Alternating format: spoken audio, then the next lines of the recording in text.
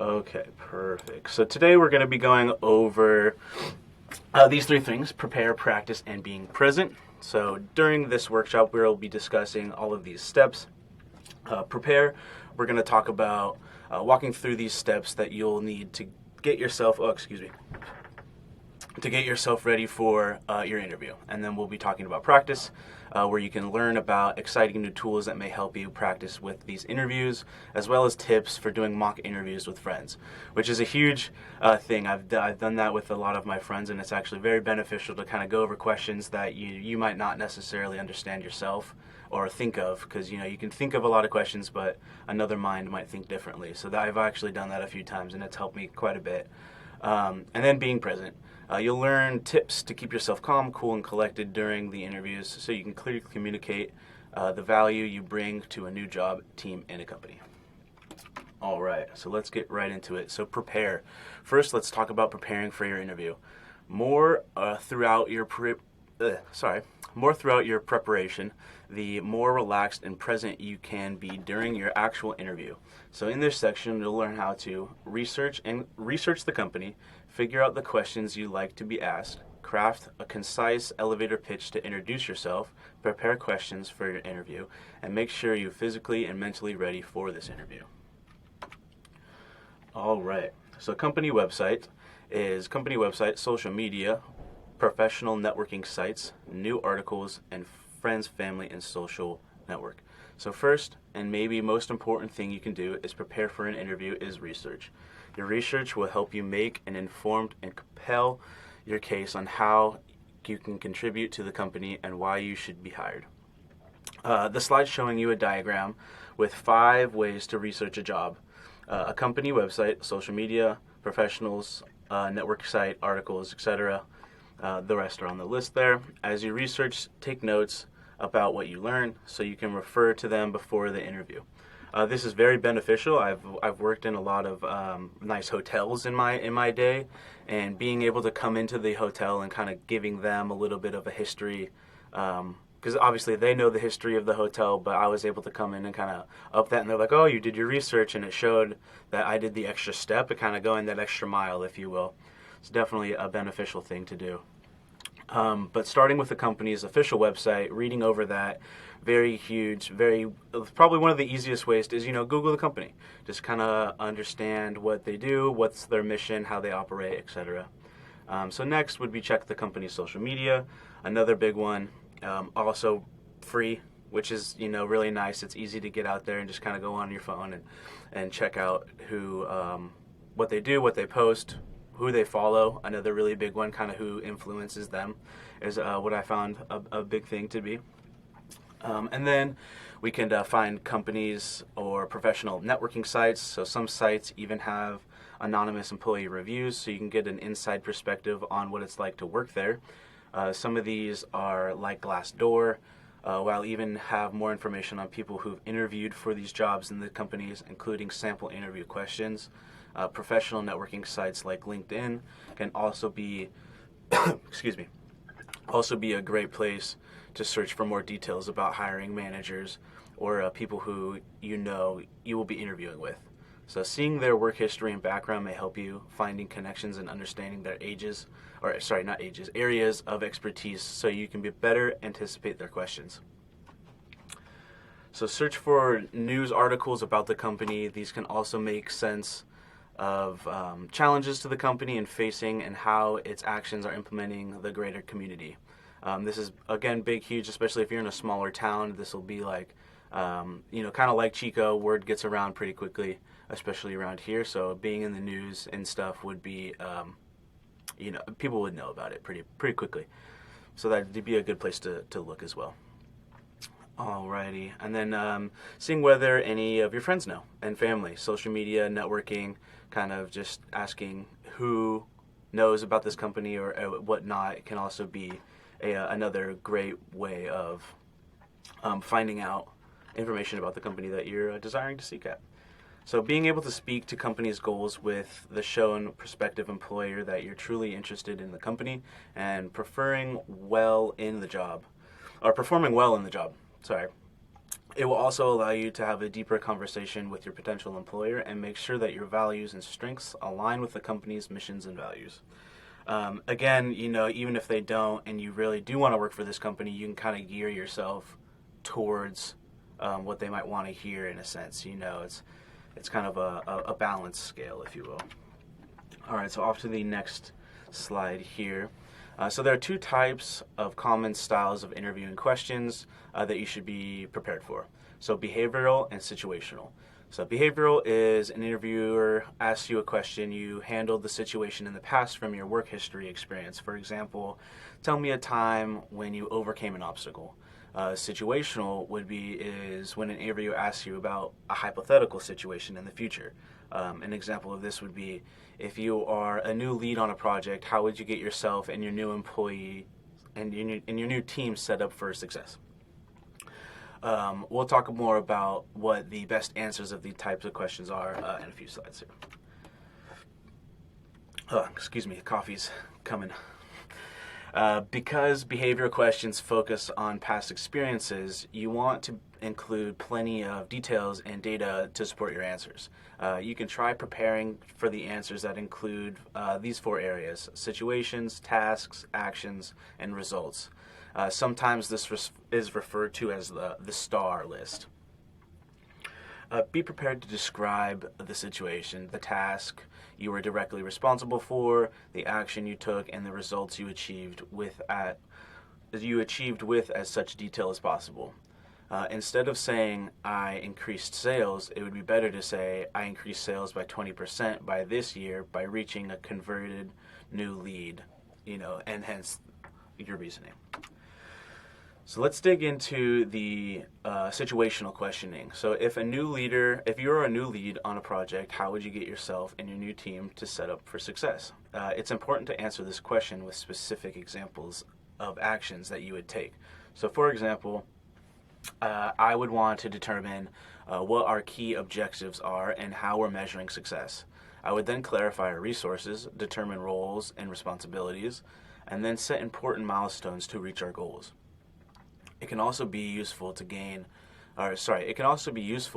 again think about examples from our past where you encountered similar situations. For example, in my last role, I set my team up for success by making sure we all had daily and weekly goals to track our progress. Make sure to show your potential employer how the two situations are related, and what you learned from the previous situation gives you better insight and experience from this hypothetical situation. So something sort of on the lines like this. The goals wouldn't be the same at this company, but the process for establishing and reporting on them would be the same. I've learned that the team is more engaged when everyone can provide input on the goals and when we track them in a place where everyone can see. So great examples of just kind of, being accountable for the steps that you're taking and showing the employers that you can be accountable. So in addition to practicing behavioral and situational interview questions, you can also find other sample interview questions online that are specific to the job that you're applying for. So for example, if you search the web for data analyst interview questions, hundreds of results will come up, even if the job you're applying to is less common. So give it a try. If you're having trouble getting results for the job you want, experiment with different search terms or search for interview questions within industries that you're not interested in. Alrighty, so there are common ask interview questions that aren't specific to any particular field, which employers use to get a sense of who you are and how you might approach your work. These are questions like, what is your greatest strengths and biggest areas for improvement? Where do you see yourself in 5 years? Why are you leaving your current job? How do you deal with stressful situations? And do you prefer working on your own or with a team?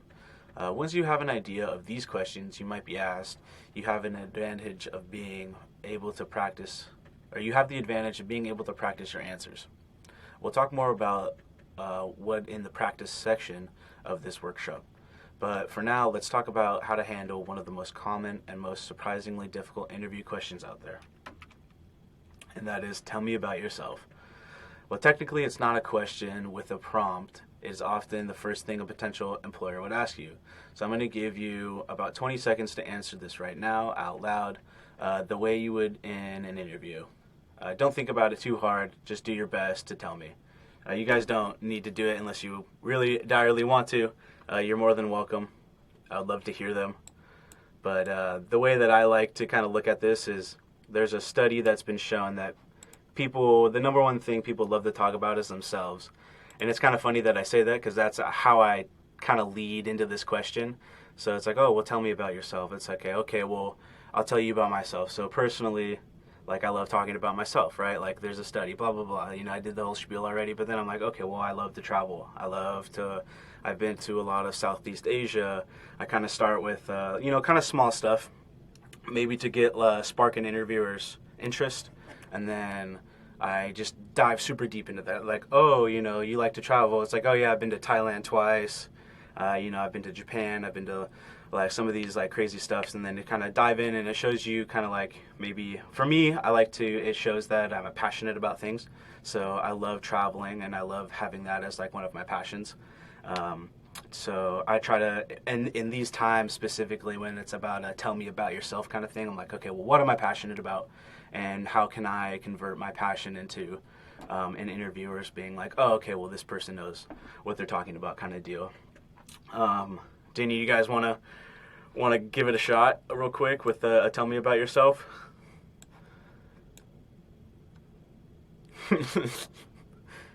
All right, no worries. We'll continue on then. Okay, so we'll get down to the prepare yourself for an elevator pitch here. It's not always easy to mention the most relevant details when you're asked such a broad question. That's why we're going to spend a little time talking about your elevator pitch, which is a little quick summary of what you have to offer. The term elevator pitch comes from the idea that if someone stepped into an elevator with you, you could introduce yourself and give an idea of what you have to offer before the elevator arrived at its destination.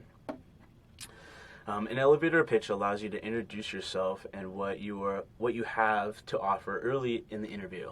You can lead with the info you're proudest of that is the most interesting to the employer.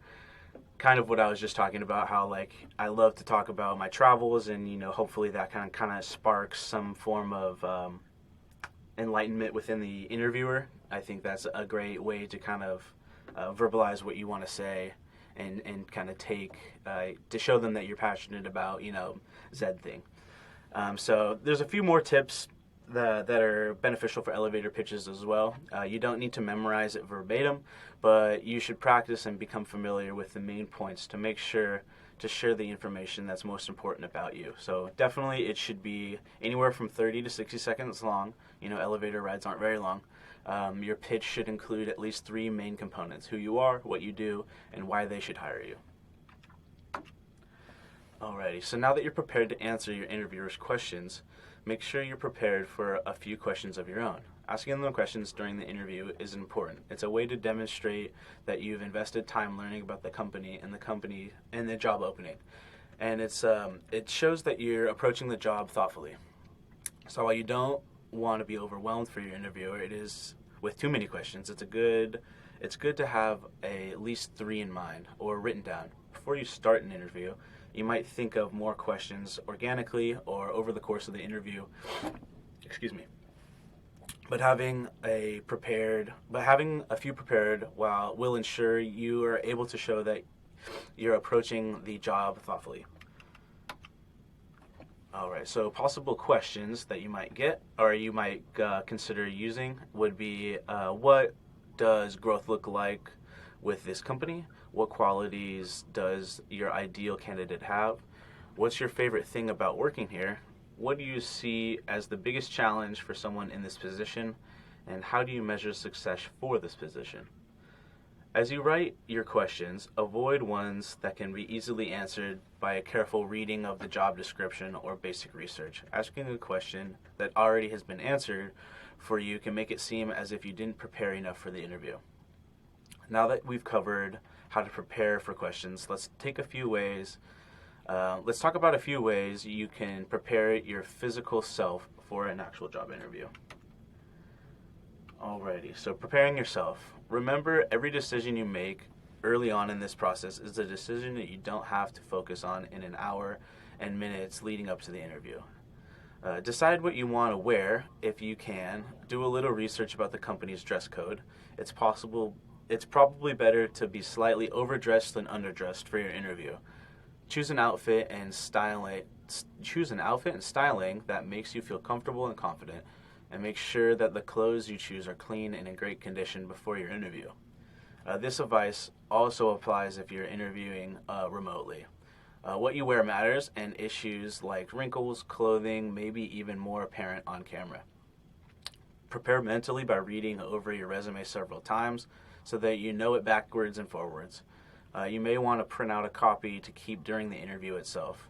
I typically do this, especially in this day and age when a lot of the interviews are online, is having a version online, obviously, and then in hand, in person, especially when you're going over it with an interviewer. Typically, interviewers don't really look at your resume for very long.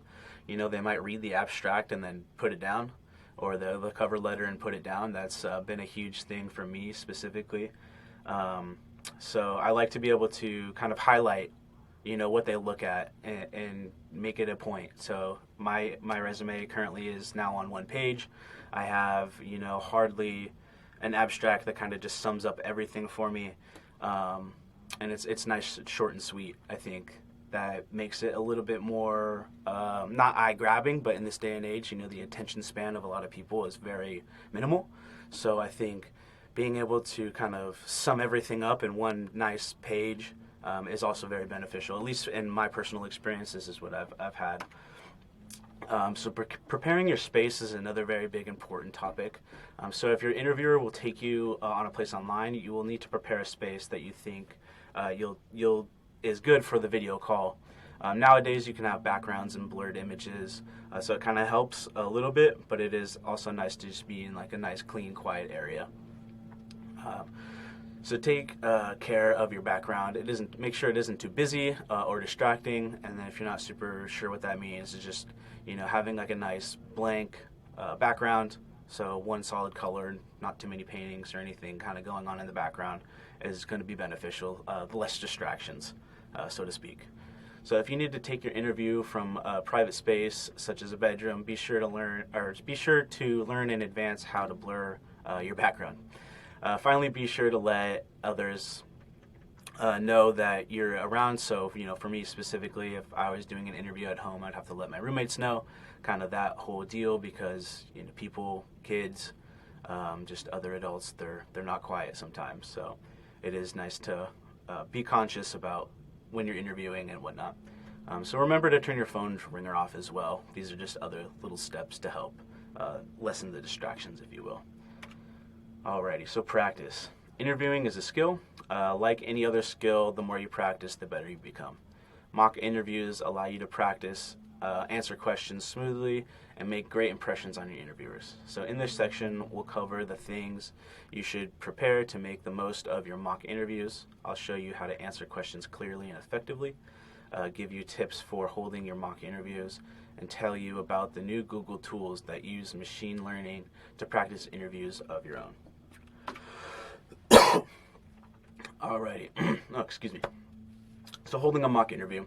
One of the most helpful ways to practice your interview skills is by holding a mock interview. It might feel a little odd at first, but having a friend, coworker, or family member stand in front of you for your interview will allow you to prepare your answers and notice when your interviewing skills may need some polishing. And this kind of just goes back to what I was saying earlier. This helps so much because, you know, especially if you weren't really considering a lot of these questions, that they can kind of shed some light on some other questions for you, as well as, you know, being like, oh, well, you know, stand up straight, or, you know, have a good posture, kind of, etc. like that. And especially having a friend or a close relative do it, you know, they'll hopefully tell you to you straight. But as someone's whose opinion you trust to join you for the mock interview, in return you can switch roles and interview them if they need practice as well. Doing a mock interview virtually can help you get ahead of any technical problems and notice whether you need to adjust any of your setup.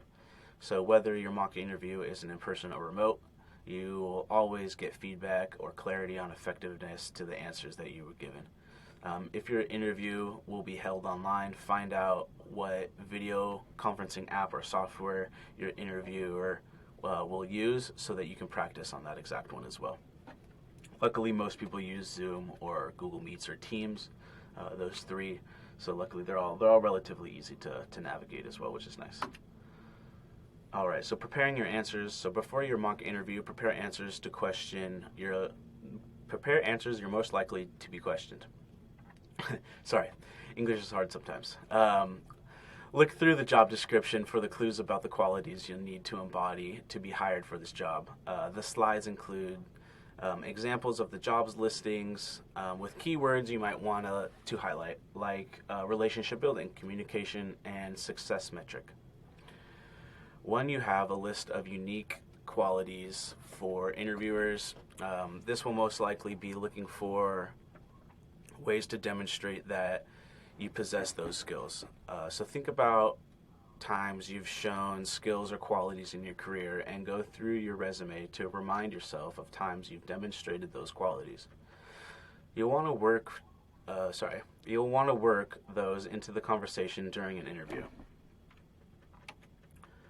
Alrighty. Whenever possible, use specific examples during your interview. Specifically, it's powerful. Sharing a brief story or experience about yourself is more impactful than simply telling someone you possess certain qualities. So, for example, if you're asked about sales skills, it's better to say, I sold an average of 5 widgets per day, which was more than most of my team, than to say, I'm great at sales. So remember, it's important that the interviewer gets a full picture of you and your capabilities, so don't hold back in talking about your accomplishments. Let them know you're a good fit for the job by sharing your experiences. You can revisit the STAR approach we talked about earlier in the slides and the behavioral interview questions. So think of 2 to 3 accomplishments and practice. So describe the situation, making clear what task you were directly responsible for, providing details about the actions you took, and including tangible results. Alrighty. So Google has created a free online tool that can help you prepare to make the best impression during the interviews, whether or not you have someone to do the mock interviews with. Here is a video about the interviews warm-up tool. So see if this works here. There are more than 1.3 million job openings in the US in fast-growing, high-paying fields like IT support, UX design, project management, and data analytics. So Google started the Career Certificate program. But one thing the learners had a hard time with was interviewing. So we tried to think, could we use technology to build a tool to help you practice for a job interview? Interview warm-up is very easy to use. You're presented with spoken questions, and then we transcribe what you're saying and analyze your answers, showing where you repeat a word or where it's useful to use key terms. The goal is to create the safe space where you could practice as many times as you like. A great fit for this role. I landed a job as a technology manager with the NFL. And we can say the sky's the limit, but honestly, at this point, it's a whole different stratosphere. Well, that sucks. There's no audio for the video. I mean, it was a 1-minute video. I can sum it up for you. That's weird that there was no audio. Basically, it's just explaining that Google has a tool to help you grow your career and use it. And it's kind of like a resume, not a resume builder, but more or less like a guide in a sense. Maybe I can figure out how to do the audio real quick before I continue on here. Let's see.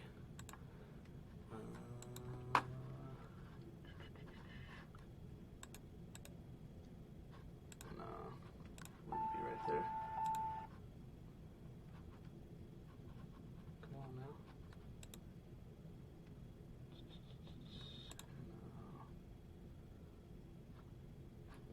No. Oh, it'd be in the Google Meet, wouldn't it? Yeah. Like this, like this.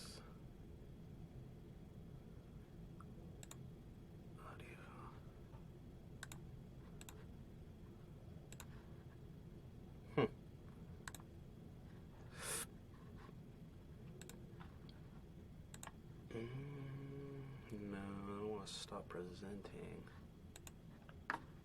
Let's see. Maybe I can. What? Go back. Did I skip a few here? Okay. Let's see if I can.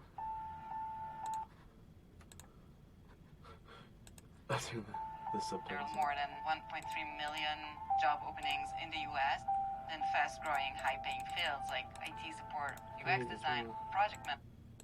Okay. Well, sorry about the video. Not really sure why it's not working out for me. But this is kind of what it was talking about. It's talking about how they can help with specific fields like data analytics, e-commerce, IT support, etc. It's a good interview warm-up tool. So the slide of this slide shows three example questions for the interview warm-up tools. What are you looking for in your next job? What are your career goals for the next 5 years? And when do you try to push through and solve a problem of your own? And when do you involve others on your team? So they're specifically designed practice interviews for these fields, so data analytics, e-commerce, project management, UX design, or you could just select general interview practices for other fields. To try this tool on your own, you can go to growgoogle.com/certified certificates /interview warm-up. Sorry. So again, that video, minus the volume. Sorry about that. It was pretty much just saying that these are a good way to kind of get warm-up questions going for specific fields that you're looking for. Alrighty, and then being present. So now you know how to prepare and practice for your interviews. Those steps are important because they will show you in the beginning centered and focused on your conversation with your interviewer. Instead of being distracted by your technical setup or worrying about what to say, you'll be able to give all your attention to the person or people conducting the interview. Being fully present will allow you to show up and be your best self. In this section, we'll talk about a few ways to do that. So whether it's in person or online, the minutes leading up to the interview can also be sometimes produce a lot of anxiety. I know this specifically for me, especially when it's coming into something that is, a necessity, I guess you could say. For myself, it's been a struggle getting jobs, and then being able to do it now. Wesley, I can send these slides to you, I believe. If you want to leave your email or some way to reach you, I can. Or you might even be able to look them up yourself if you go to growwithgoogle.com, and then you can do /Acer interview, Acer job interview. The slides might be able to show up for you as well if you were to do that. I lost my train of thought. All good. So people have a lot of different reactions for job interviews, particularly for the jobs they really want to land. So maybe your adrenaline starts pumping and your mouth goes dry. Whatever the reaction is, take a moment to notice and acknowledge it without passing judgment on yourself. So just take a breath. Breathing, very important. I've been taking breaths, this entire time presenting. It's always a struggle presenting for myself, but even then, it's you just take your time and you do these things. Since you put time and energy into the preparation and the practice, you should be ready. Alrighty, so in a minute before your interview, take the time to remind yourself about 2 or 3 things that you want to make sure your interviewers know about you by the end of this interview. So if you're doing an interview remotely, you can have those things written down on a sticky note nearby. What I like to do is put it right next to the camera so it looks like I'm not looking away from the camera, but I'm really reading my sticky note. That's my biggest help, especially with all these online Zooms and everything going on.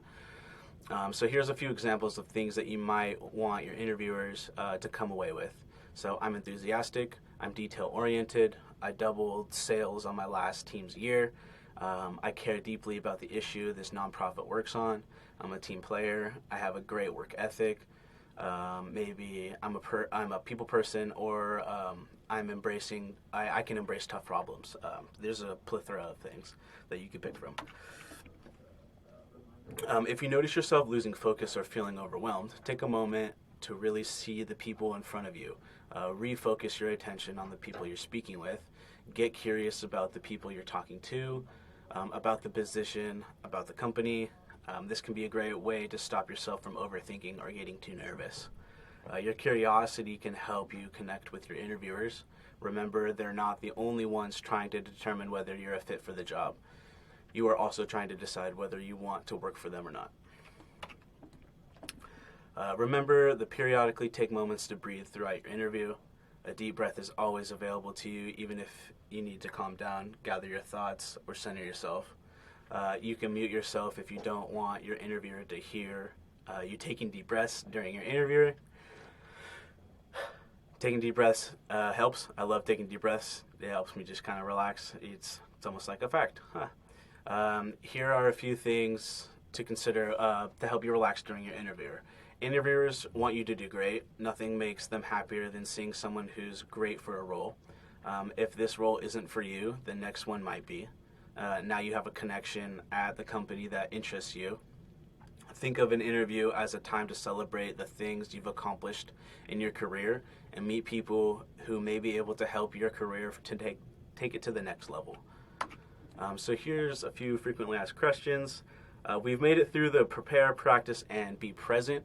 So now let's take a few moments to go through some questions that come up for people who are getting ready for the interview for a new job. So job searchers often wonder how to handle interview questions about breaks in their employment.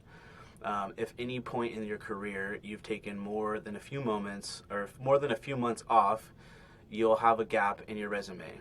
Resume gaps are far from more common than you think.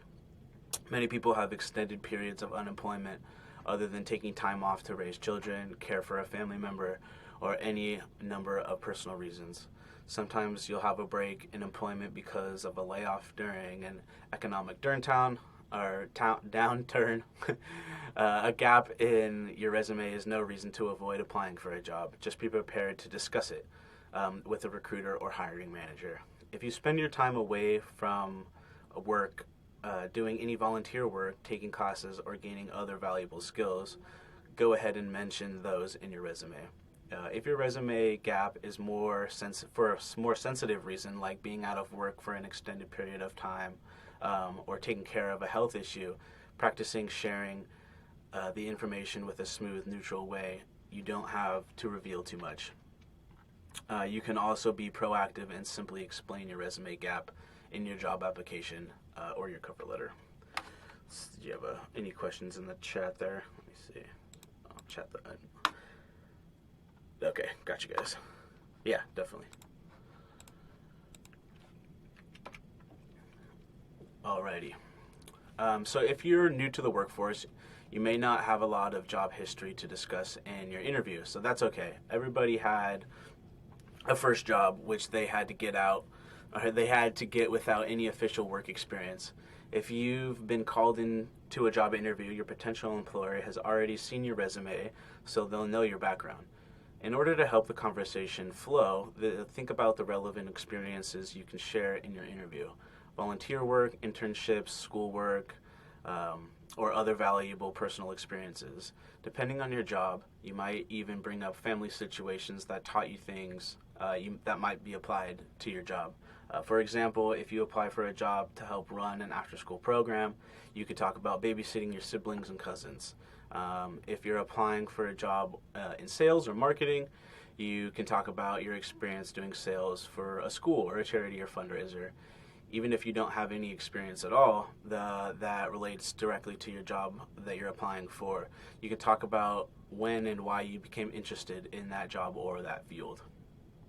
If you don't have prior work experience to discuss an interview, remember that your life experience has led you to apply for this job and has given you the knowledge that you can to bring that reinforcement to that job as well. All right. So let's fast forward here a few steps in your preparation and practice. So now it's giving you the confidence to complete your job interview and make a great impression. Congrats. So let's talk about the steps that you can take to make that impression last and hopefully earn a job offer. So the image on the slide shows a thank you email, a thank you note, and one extra chance to leave a positive impression on your interviewer and hiring team. So be sure to send a thank you via email within 24 hours to everyone you've spoken with, the hiring manager, the recruiter, and other team members. Your thank you note or email should be brief, no more than 4 to 5 sentences in your email. Be sure to thank the person for taking the time to interview you. Emphasize the enthusiasm that you are about the. Emphasize the enthusiasticness that you are about the job. Be specific about what you like about the position and what you're excited to potentially contribute to their team. If you can, mention one specific thing you enjoy speaking to them about. Even if you've had a conversation about your favorite sports team or restaurant, those moments of the connection can pave the way for a professional relationship.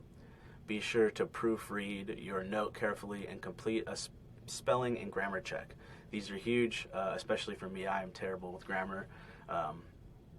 So I do the Grammarly has been a huge game changer. It's free for the most part.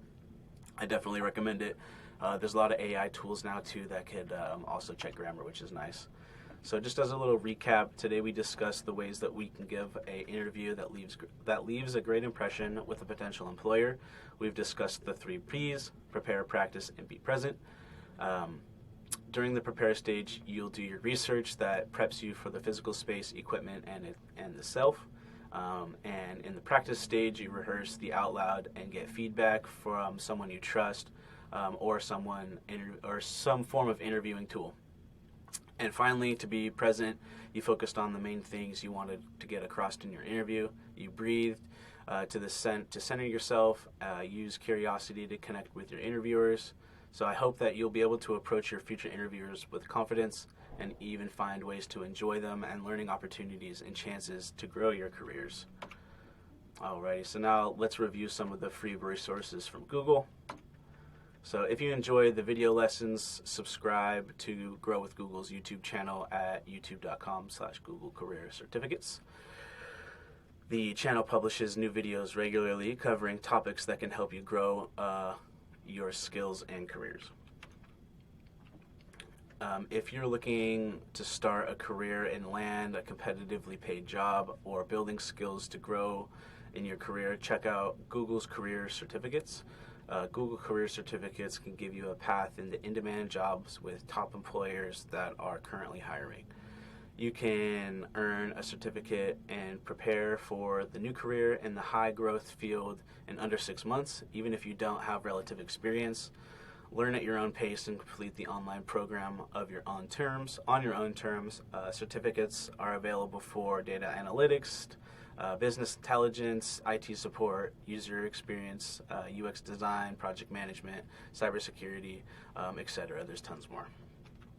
Alrighty. Grow with Google is an initiative to help people prepare work for find jobs and grow their businesses. Job seekers can grow their skills in order to find new jobs and advance their careers. Teachers can learn how to put the latest technology to work inside and out of these classrooms. Small business owners can build their online presence and find new customers. Startups can learn how to get their ideas the exposure that they need to succeed. And developers can sharpen their skills and master new ones.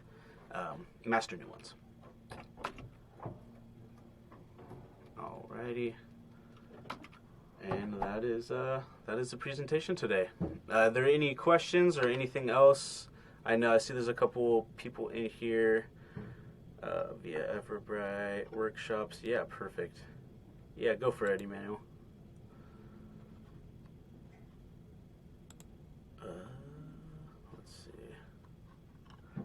Can you hear me now?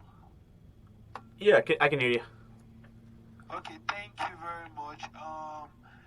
Okay, just the slides you were just scrolling. I'm talking of the ones that was telling us where to get materials, like for bringing digital tools to teachers and students? Is it part of the slides that we are going on Google Career? I'm sorry, it was kind of breaking up. It was breaking up a little towards the end. What was the last part of the question? Okay, you just scrolled some slides before you go to this page, and it was showing us teachers, how to bring digital tools to teachers and students, how to help new customers find your business, how to get the new certification for your CV. So what I was asking, would I see that on Google Careers when I go online? Yeah, so if you go to, maybe I might be able to pull it up. I think it was Google Certificates.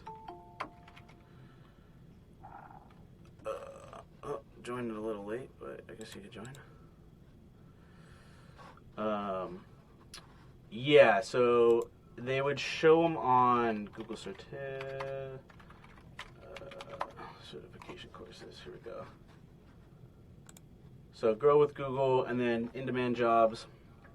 Is this kind of like what you like a full list of them? Is that what you're looking for?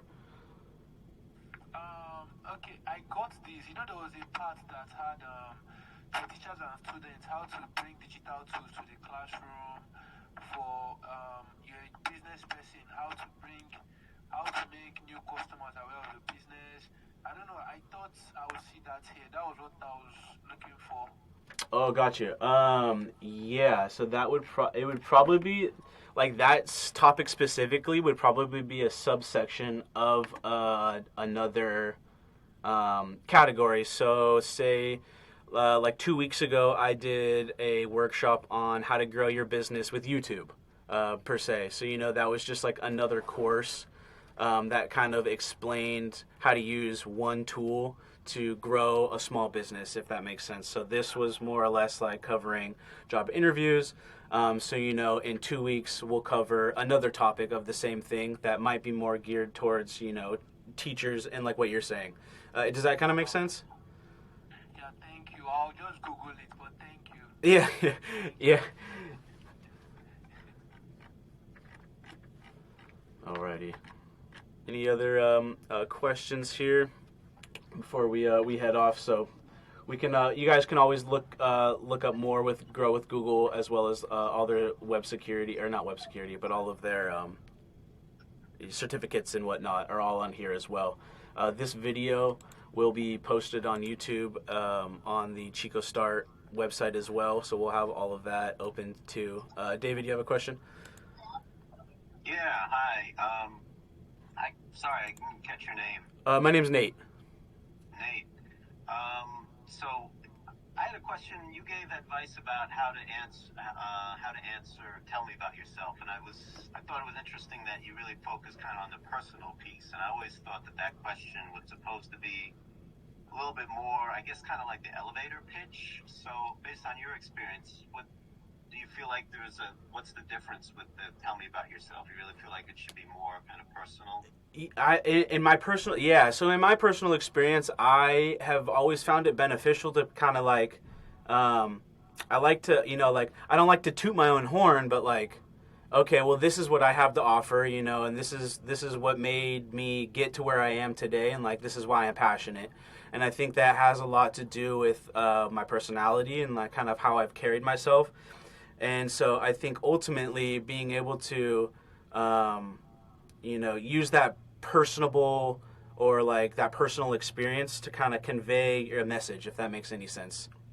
So I like to, going back to like the whole web or the whole traveling thing, it's so easy for me to talk about like my travels because I love doing it, so regardless of what that is. So like a good example for my dad was my dad loves woodcrafting, so if he were to like have anyone an interviewing question, and I love my dad, gratefully he's the only one that's ever taught me how to like do interviews, so it's cool to kind of like see all this stuff come full circle. But that's something that he taught me. He's like, okay, well, when they ask you these difficult questions, kind of take a step back, think about, what you want to, because it's all about the first impression, you know what I mean? Especially if it's an in-person kind of thing, it's the make or break situation where it's like, okay, well, are you gonna like kind of be awkward, in a sense of like, oh, I don't even know the answer because I don't know myself, but you know like what you like, you know. So for him, wood making, it's so easy for him to tell him, be like, oh yeah, well my dad was a wood maker, so that made me a wood maker, and so now I love all these, like I love working with my hands, crafting, all this crazy stuff, but it's helped me become more passionate. If that's kind of answered your question, I could go off on tangents all day, but I think keeping it in that like personal realm only will benefit you to connect more. You know, it's not so much a job interviewer speaking to the interviewee. It's more of like, you know, peer-to-peer kind of conversation. And I think if you can get that comfortability and that relaxedness in an interview, it makes both sides that much easier. And to me, I think I've always come out with a positive outlook on interviews, regardless if I got them or not, because, you know, I do have that next connection. I've got, you know, a means, you know, so say I didn't have a qualification that time, I'm going to come back in a year with that qualification and be like, hey, I want to work for this company. You know who I am. I remember you. I interviewed with you last time, or, you know, I know so-and-so in this company. You know, if you show that you want to work for them, I think regardless, they'll hire you. But yeah, I strongly believe in like that personable factor, keeping it more like on the personable side, at least for me. I think it's beneficial. Yeah, no, I appreciate the perspective. It's kind of like thinking long term, like, you know, even if you don't get it right away, at least you're Sure. establishing a good relationship. Yeah, definitely. I think it's huge, especially in this day and age. You know, it's kind of all about who you know. Yeah, Emmanuel got another one. The other thing. Oh, Yeah. yeah, go. Sorry. Yeah, I just wanted to also mention that URL you gave us for the Grow Google Certificates interview warm up doesn't work. It looks like maybe you have to finish a certificate to get access to that service. I don't know. Which URL is the one that Heather has put in? The grow.google/certificate/interview warm up. Huh. Oh, Interview warm up. that's interesting. I don't know. I don't even see that Yeah, one. it just says it's not there. Yeah, that's interesting. I'm not really sure. I don't even have anything on my screen that has that topic on it. Emmanuel, do you have another question? No, I actually wanted to say that I agree with you when you were talking about when David Ford asked when he was looking at tell me about yourself on the elevator page, and you mentioned that you prefer the personal note because the CV, your resume would have already been mentioning or pointing towards your skills and professional. So the tell me about yourself is just they want to know who you are, whether they a good person, whether you'll be able to work with them. You won't, even if you are good at what you do, if you cannot work with other people, obviously you bring down the organization. So I get to tell me about yourself is just getting to know who you are as a person because your resume would have been pointing out your professional skills already. So Yeah. that's what I just wanted to add. Yeah, definitely. Alright. Yeah, I think it's huge. I think, you know, being a personable like kind of person goes a really long way. You know, just being able to convey a conversation and, you know, present yourself, because being able to talk about yourself can be daunting, but at the end of the day, it's like, who knows yourself better than you, right? So, yeah. All right. Yeah, that's interesting. I've long heard different kind of a more. The advice I'd gotten was more about kind of selling yourself in terms of the job, and you know, bringing a little bit about yourself, but really kind of. You don't want to just say, hey, these are my hobbies. You want to say, okay, you want to explain how that's relevant to the position you're applying for. Yeah, So I think that makes sense. I want to share this, too, that I learned. They say there are three things that any employer wants to know is, can you do the job? Can I enjoy working with you every day? And, I've forgotten the third one now. But it's basically like Emmanuel was saying. They want to know if you're a human being that they can imagine coming into the office every day and seeing you and working with. Yeah, definitely. Is the last one, would I have a beer with you at the end of the day? I think maybe that's kind of like in the realm of can I work with you every day? Yeah. Because in the end, you could be really talented, but if you're a jerk, then they don't want you there. Exactly. Yeah, totally agree. You know, I think, and having that little personable kind of interaction helps you let the employer know who you are. You know, like, oh, I'm a good person, I'll be a good fit, kind of thing. All right. Were you guys able to find the slides by chance by going through Google, or let me just get your guys. I'll copy these emails down, and I can send them to you if you guys can't find them. Where would we find them? So Chico Start. There's a link in the chat that will have all the webinars. So it won't be posted just yet because I gotta get the recording from today's session and post it. But we'll have all of our previous postings as well on that website with Grow with Google webinars. So all the previous ones that we've done should be already posted with the videos and slides, and then this one today will be posted as well by the end of the day. I just posted our website link with all of the previous webinars that we've recorded. Cool. Thank you, Heather. Yeah, we can also send the recording through Eventbrite, where you registered, back to the attendees. All right. Okay, I see. Is it under resources, GWG webinars? Yeah, that'll be it. Cool. Yeah, and then from there, so you get all the past ones, and then this one will be posted today as soon as all the recordings are finalized. Yeah, I can see it. Thank you. Alrighty. Yeah, thank you guys for attending. Okay, great. Alrighty, have a good rest of your day, everyone.